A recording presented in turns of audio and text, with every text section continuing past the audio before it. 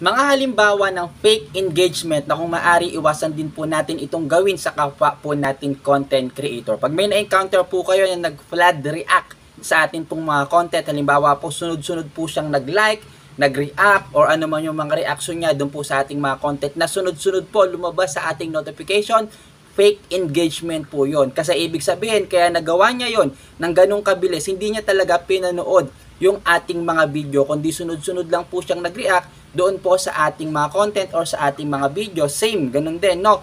Kapag sunod-sunod po nag-comment, halimbawa lumabas sa ating notification, sunod-sunod itong isang tao na ito, halos segundo lang yung pagitan, comment siya ng comment, o kaya sunod-sunod niya pong i-share po ang ating video.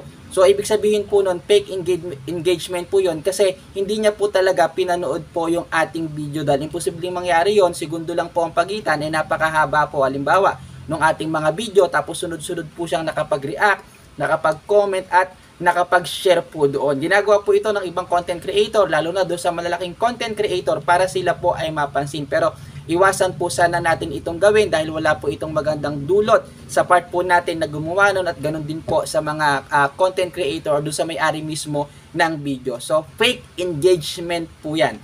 So, iwasan po natin. Kung talagang gusto po natin makipag-engage sa kapwa po natin content creator, pwede po nating panoorin yung kanilang mga video at mag-comment po tayo based po doon sa laman ng content or doon sa laman po ng video. Then pwede po nating i-share, then pwede po tayo mag-follow sa kanilang mga reels video kung tayo po ay hindi pa po naka-follow. Yan, for more updates, follow nyo po at pakishare na rin ang video na ito. Salamat po!